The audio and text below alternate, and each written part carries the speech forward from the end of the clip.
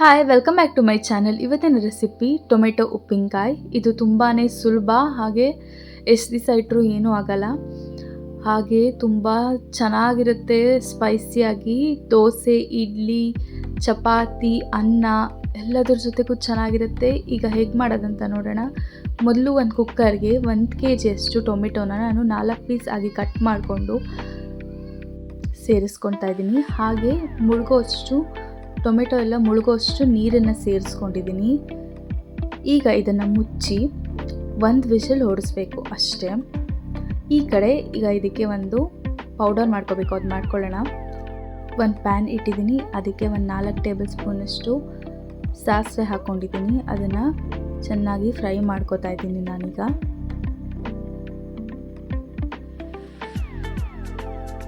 ನೋಡಿ, ಅದು ಕಲರ್ ಎಲ್ಲ ಚೇಂಜ್ ಆಗ್ತಾ ಇದೆ, ಸ್ವಲ್ಪ ವೈಟ್ ಆಗ್ತಾ ಇದೆ. ಈಗ ಇದನ್ನು ಟ್ರಾನ್ಸ್ಫರ್ ಮಾಡಿಕೊಂಡು ಇದಕ್ಕೇ ಒಂದು ಅರ್ಧ ಟೇಬಲ್ ಸ್ಪೂನಷ್ಟು ಮೆಂತ್ಯ ಹಾಕ್ಕೊಂಡಿದ್ದೀನಿ. ಅದು ಅಷ್ಟೇ, ತುಂಬ ಕಲರ್ ಚೇಂಜ್ ಆಗಬಾರ್ದು, ಸ್ವಲ್ಪ ಕಲರ್ ಚೇಂಜ್ ಆದರೆ ಸಾಕು. ನೋಡಿ ಈ ರೀತಿ. ಈಗ ಇದೆರಡನ್ನು ಮಿಕ್ಸಿ ಜಾರ್ಗೆ ಟ್ರಾನ್ಸ್ಫರ್ ಮಾಡಿಕೊಂಡು ಪೌಡರ್ ಮಾಡ್ಕೋತಾ ಇದ್ದೀನಿ.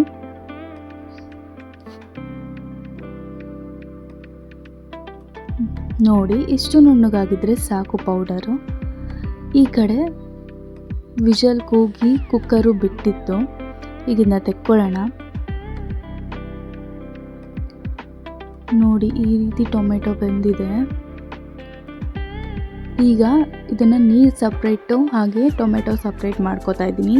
ಒಂಚೂರು ಟೊಮೆಟೊನಲ್ಲಿ ನೀರು ಇರಬಾರ್ದು. ಹಾಗೆ ಈ ನೀರಲ್ಲಿ ನೀವು ರಸಮ್ ಕೂಡ ಮಾಡ್ಕೋಬೋದು, ತುಂಬಾ ಟೇಸ್ಟಿಯಾಗಿರುತ್ತೆ. ನಾನು ಕೂಡ ರಸಮ್ ಮಾಡ್ಕೊಂಡಿದ್ದೆ.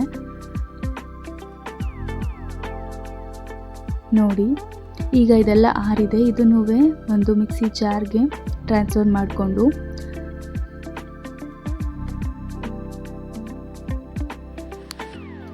ಇದನ್ನು ನಾನು ಪೇಸ್ಟ್ ಮಾಡ್ಕೋತಾ ಇದ್ದೀನಿ.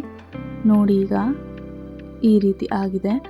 ಈಗ ಒಂದು ಬಾಣಲಿಗೆ ಒಂದು 8 ಟೇಬಲ್ ಸ್ಪೂನಷ್ಟು ಎಣ್ಣೆ ಹಾಕ್ಕೋತಾ ಇದ್ದೀನಿ. ಎಣ್ಣೆ ಕಾದಾದ್ಮೇಲಿಂದ ಟೊಮೆಟೊ ಪೇಸ್ಟನ್ನು ಹಾಕ್ಕೊತಾ ಇದ್ದೀನಿ ನಾನು. ಹಾಕಿ ಚೆನ್ನಾಗಿ ಮಿಕ್ಸ್ ಮಾಡ್ಕೋತಾ ಇದ್ದೀನಿ. ಈಗ ಇದು ಹಸಿ ಸ್ಮೆಲ್ಲೆಲ್ಲ ಹೋಗಬೇಕು, ಹಾಗೆ ಎಣ್ಣೆ ಎಲ್ಲ ಬಿಡಬೇಕು. ಅಲ್ಲಿವರೆಗೂ ಇದೇ ರೀತಿ ಲೋ ಫ್ಲೇಮಲ್ಲಿ ಇದನ್ನು ಫ್ರೈ ಮಾಡ್ಕೋತಾ ಇರೋಣ. ಸ್ವಲ್ಪ ಟೈಮ್ ತಗೊಳುತ್ತೆ, ಲೋ ಫ್ಲೇಮಲ್ಲೇ ಮಾಡ್ಕೊಳ್ಳಿ ಆದಷ್ಟು. ಈಗ ನೋಡಿ, ಎಣ್ಣೆ ಎಲ್ಲ ಬಿಟ್ಟಿತ್ತು.